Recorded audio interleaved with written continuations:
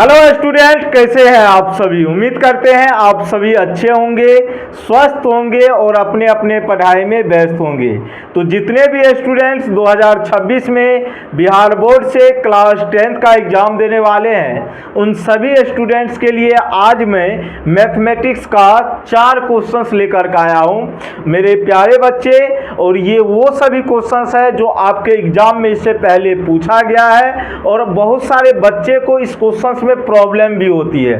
बच्चों को तो छोड़िए, टीचर सबको भी थोड़ा थोड़ा होता है प्रॉब्लम, तो लेकिन आपको प्रॉब्लम नहीं होना है। इसीलिए मैं ये 4 क्वेश्चंस आपके लिए लेकर के आया हूँ, ताकि जब आप एग्ज़ाम देने के लिए जाएं तो ये क्वेश्चंस आपसे एकदम सटीक तरीके से बन जाए। ऐसा नहीं कि क्वेश्चंस को देख करके आप डर जाएं। क्वेश्चंस अगर आपसे नहीं डरा तो आप विद्यार्थी के काबिल नहीं है। बात को समझे कि नहीं। और मेरे प्यारे बच्चे, ये तभी हो सकता है जब आप मेहनत करेंगे बहुत शानदार तरीके से, बेहतरीन तरीके से, और आप जब चीज़ों को प्रैक्टिस करते रहेंगे ना, तो दुनिया का कोई भी क्वेश्चन आपको हार्ड नहीं लगेगा। बस आपको मेहनत करने की ज़रूरत है। और 2026 वाले स्टूडेंट्स इस वीडियो को आराम से देखिएगा।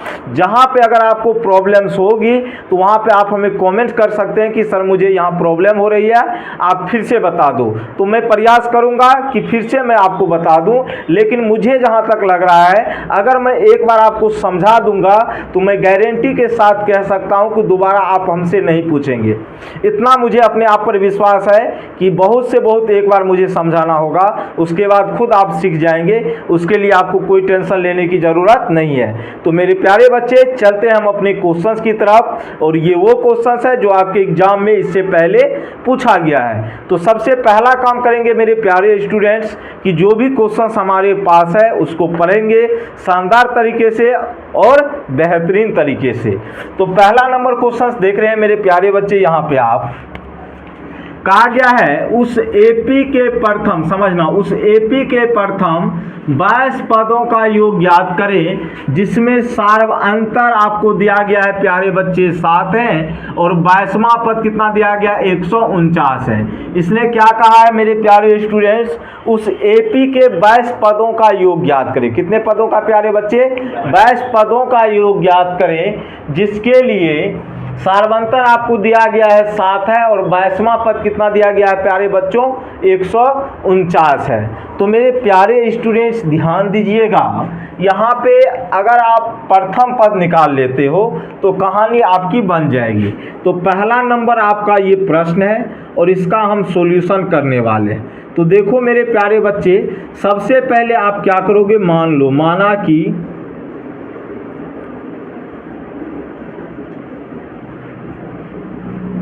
एपी का प्रथम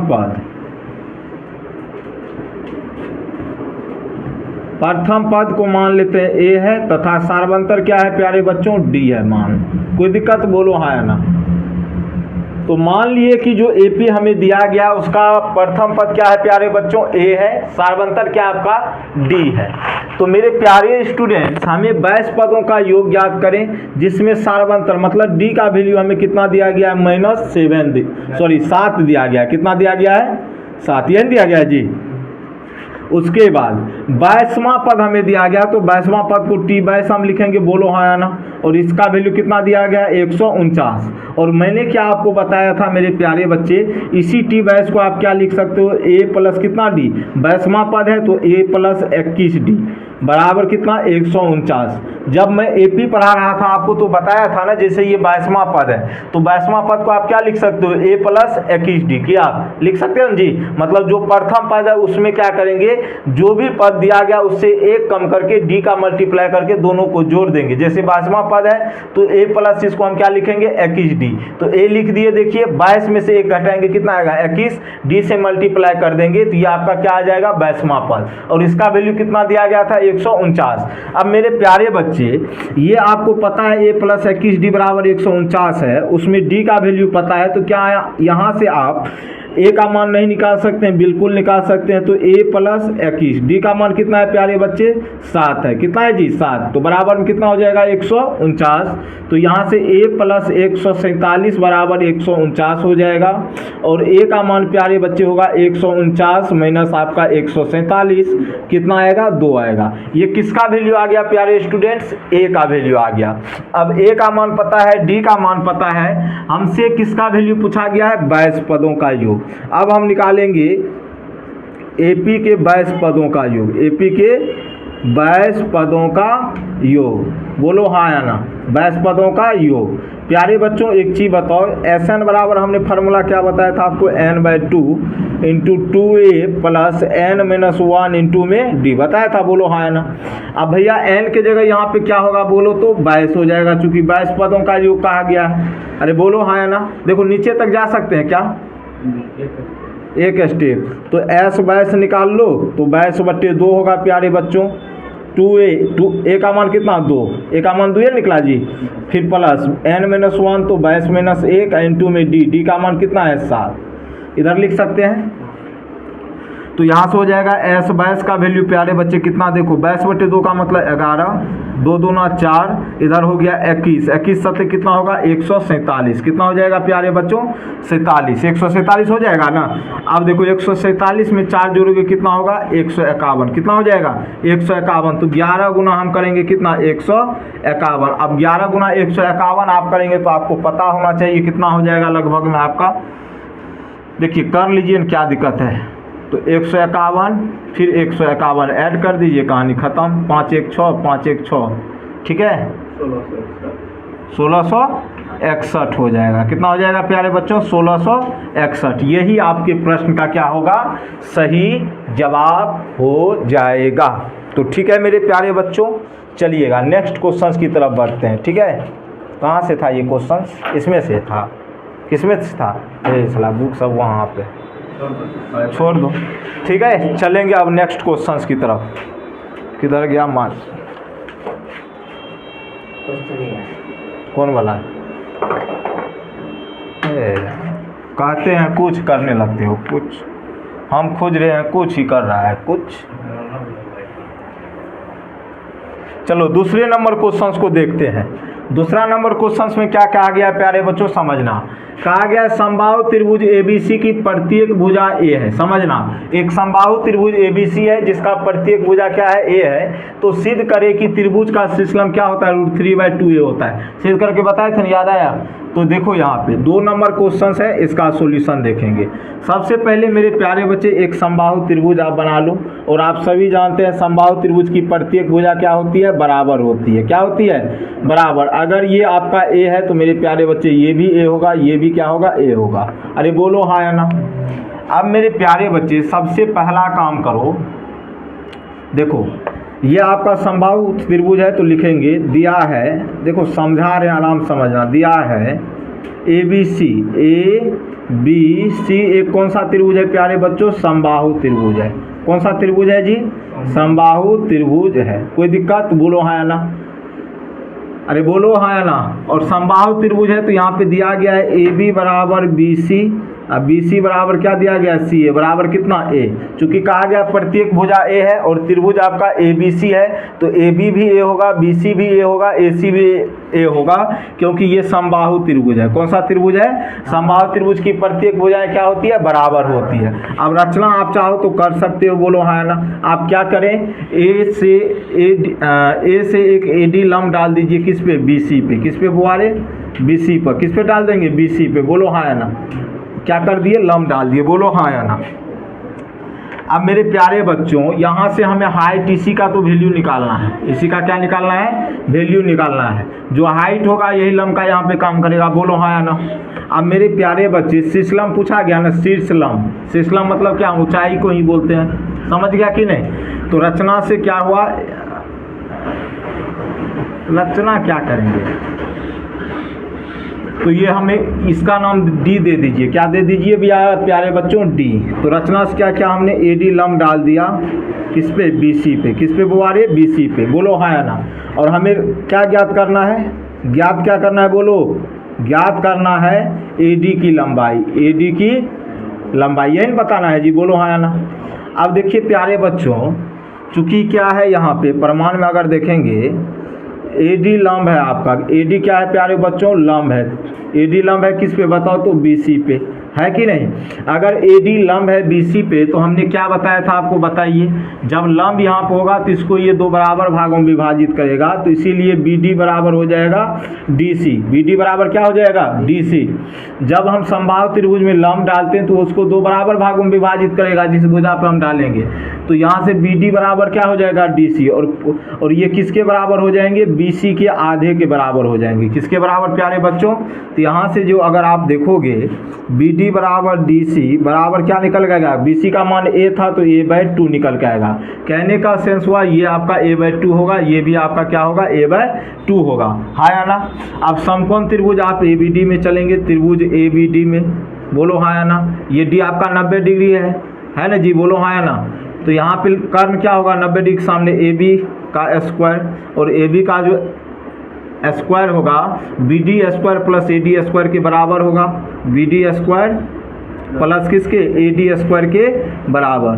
तो AB का स्क्वायर मतलब AB की जगह A है तो A का स्क्वायर, BD कितना है जी, A/2 है। चूँकि ये A/2 है, A/2 का स्क्वायर, AD का मान पता नहीं है, पता बोलो तो बउआ जरा सा बताओ। A स्क्वायर इसको इधर भेजेंगे तो A स्क्वायर बटे कितना हो जाएगा, 4। बराबर में कौन सी होगा रे, AD स्क्वायर। क्या होगा बुआ रे, AD स्क्वायर। ये हो जाएगा 4A square minus A square बटे 4 बराबर क्या, AD स्क्वायर हो जाएगा, बोलो हाँ या ना। तो यहाँ से 3A स्क्वायर बटे 4 बराबर हो जाएगा क्या, AD स्क्वायर। स्क्वायर हटाएंगे तो इधर किस में आ जाएगा, रूट में। तो देखो 3 तो निकलेगा नहीं, तो √3, 4 का वर्गमूल 2, यहाँ 2 है तो 1 निकल के आएगा। तो AD का मान कितना निकल के आया बोलो तो, √3/2A निकल के आया। और यही आपको क्या करना था, प्रूफ करना था। क्या करना था, सिद्ध करना था। तो हो गया ना, बोलो हाँ या ना। ये सब करके नहीं बताए जी, गधा सब कहीं का। चलो नेक्स्ट,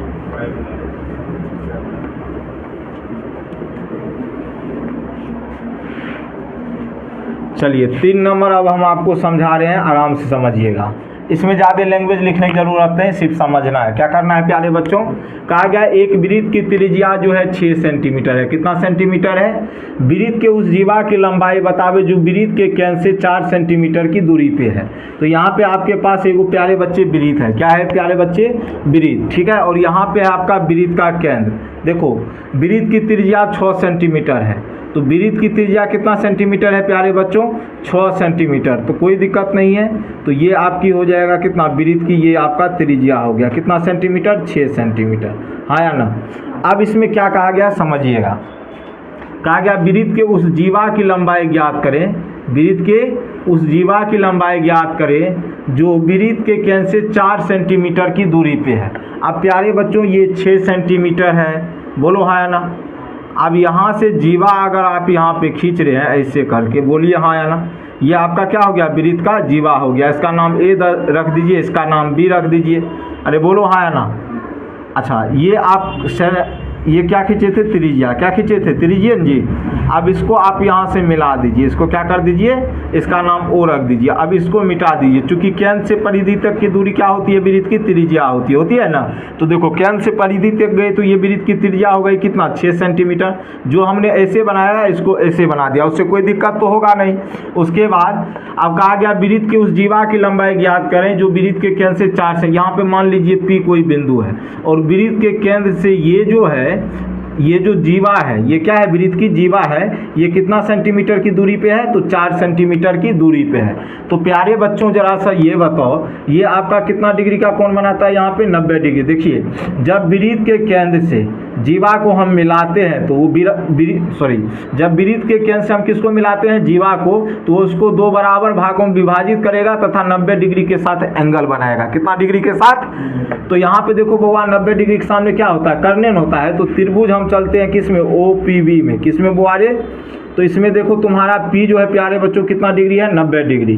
तो इसके सामने का साइड क्या होगा, कर्ण होगा, मतलब OB, और इसका स्क्वायर जो होगा मेरे प्यारे बच्चे OP square plus P B square के क्या होगा, बराबर होगा। बराबर होगा, बोलो हाँ या ना। तो ओ बी तुम्हारा 6 है तो 6 का स्क्वायर, ओ पी तुम्हारा कितना है 4, तो 4 का स्क्वायर, इधर हो जाएगा पी बी का स्क्वायर होगा। 6 का स्क्वायर 36, 4 का स्क्वायर 16, इधर आ जाएगा, इधर हो जाएगा आपका पी बी का स्क्वायर होगा जी, बोलो हाँ या ना। तो पी बी का जो स्क्वायर होगा प्यारे बच्चों, पी बी का स्क्वायर वो किसके बराबर आ जाएगा, 20 सेंटीमीटर के बराबर। ठीक है, बोलो हाँ या ना। सॉरी, स्क्वायर हो जाएगा, सेंटीमीटर स्क्वायर। तो पी बी का स्क्वायर किसके बराबर आया, 20 के बराबर। यहाँ से पी बी अगर आप निकालेंगे तो इधर हो जाएगा रूट में 20, तो इसको करेंगे तो ये हो जाएगा 2 दूना 4, 2 रूट 5 सेंटीमीटर। कितना आ जाएगा, 2 रूट 5 सेंटीमीटर। तो 2 रूट 5 सेंटीमीटर किसकी लंबाई आ जाएगी बताइए, तो 2 रूट 5 आएगा एकर लंबाई, पी बी की लंबाई। ककर आएगा, पी बी की लंबाई। लेकिन हमसे जीवा की लंबाई पूछा गया, ए बी का। जीवा मेरा क्या है, ए बी। अभी जस्ट ना तुम लोग को बताए हैं, ये अगर 2 रूट 5 निकला, कितना निकला, 2 रूट 5, तो ये भी तुम्हारा कितना होगा, 2 रूट 5। क्योंकि ये जो 10 से जब जीवा को हम यहाँ से मिलाते हैं तो इसको 2 बराबर भागों में विभाजित करती है। अगर ये 2 रूट 5 है तो ये भी कितना होगा, 2 रूट 5 होगा। कहने का सेंस ए बी का जो वैल्यू होगा पी बी का क्या हो जाएगा, डबल हो जाएगा। क्या हो जाएगा, डबल। तो 2 गुना 2 रूट 5 करेंगे तो 2 दूना 4 रूट कितना हो जाएगा, 5 सेंटीमीटर। कितना हो जाएगा जी, कोई दिक्कत, तो 4 रूट कितना हो गया, 5 एक सेकेंड, हाँ ठीक है, कोई दिक्कत। चलेंगे नेक्स्ट, एक क्वेश्चन और बचल है, नहीं रे, ये क्वेश्चन बन जाएगा, कहानी खत्म। जिस बुक से क्वेश्चन लिए थे निकालो तो।